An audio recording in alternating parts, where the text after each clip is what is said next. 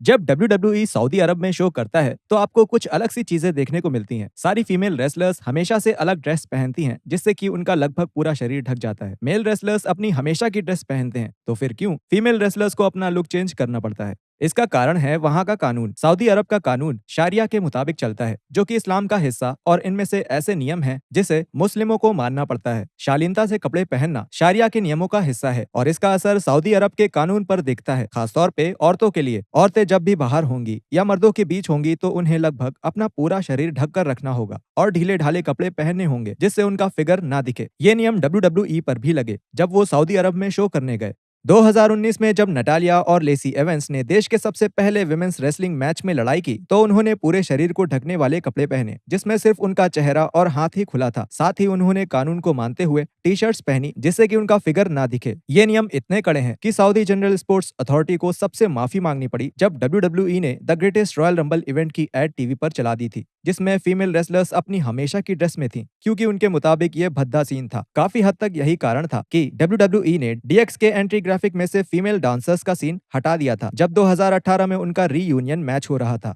हालांकि ये dress code वाले नियम बदलना शुरू हो गए। 2022 की शुरुआत में जेडा में होने वाले एलिमिनेशन चैम्बर इवेंट में फीमेल WWE स्टार्स को कोई टी शर्ट्स पहनने की जरूरत नहीं पड़ी और वो सिर्फ अपने बॉडी सूट्स में दिखी। इसे सऊदी अरब के कपड़ों के कानून और बाकी कानूनों में रियायत की शुरुआत के असर के रूप में देखा जा रहा है। सऊदी अरब में कपड़ों को लेकर कानून ही उसे WWE के लिए एक अनोखी जगह नहीं बनाता है। कुछ रेसलर्स को उस देश में रेसलिंग के लिए इजाजत ही नहीं मिली। जब एलिस्टर ब्लैक WWE के रोस्टर का हिस्सा थे तो उन्हें सऊदी अरब के शोज में हिस्सा लेने की इजाजत नहीं थी। इसका कारण था कि एलिस्टर के टैटू में कुछ ऐसे डिजाइन थे जिसे धार्मिक भावनाओं को ठेस पहुंचाने वाला समझा जाता था। ये साफ नहीं है कि ये फैसला सऊदी अरब की सरकार का था या WWE ने थोड़ी सावधानी रखते हुए एलिस्टर ब्लैक को साथ न लाकर मेजबान देश को नाराज करने से बचने की कोशिश की थी। एक और ऐसे रेसलर जिसे आप सऊदी अरब में होने वाले ज्यादातर WWE शोज में नहीं देखेंगे वो है सैमी ज़ेन, क्योंकि वो एक साइरियन है और इसमें असल समस्या है सऊदी अरब और साइरिया के रिश्ते की कड़वाहट। ब्लैक की ही तरह यहाँ भी ये साफ नहीं कि सऊदी सरकार ने WWE से सैमी ज़ेन को शो में न लाने के लिए कहा था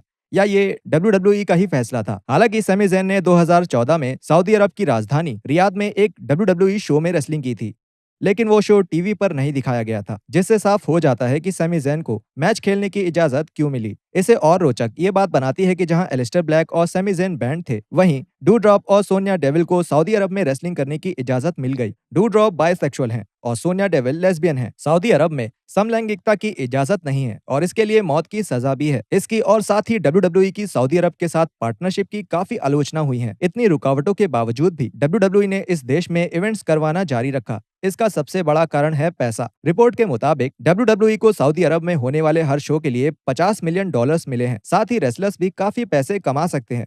ऐसा कहा जाता है कि शॉन माइकल्स को 2018 में ट्रिपल एच के साथ उनके टैग टीम मैच के लिए $3 मिलियन मिले थे। आप WWE शोज में देखेंगे कि कुछ रेसलर्स रिंग में जाने से पहले अपने पैर साफ करते हैं। ये जानने के लिए कि वो ऐसा क्यों करते हैं, स्क्रीन पर दिख रही वीडियो पर क्लिक करें।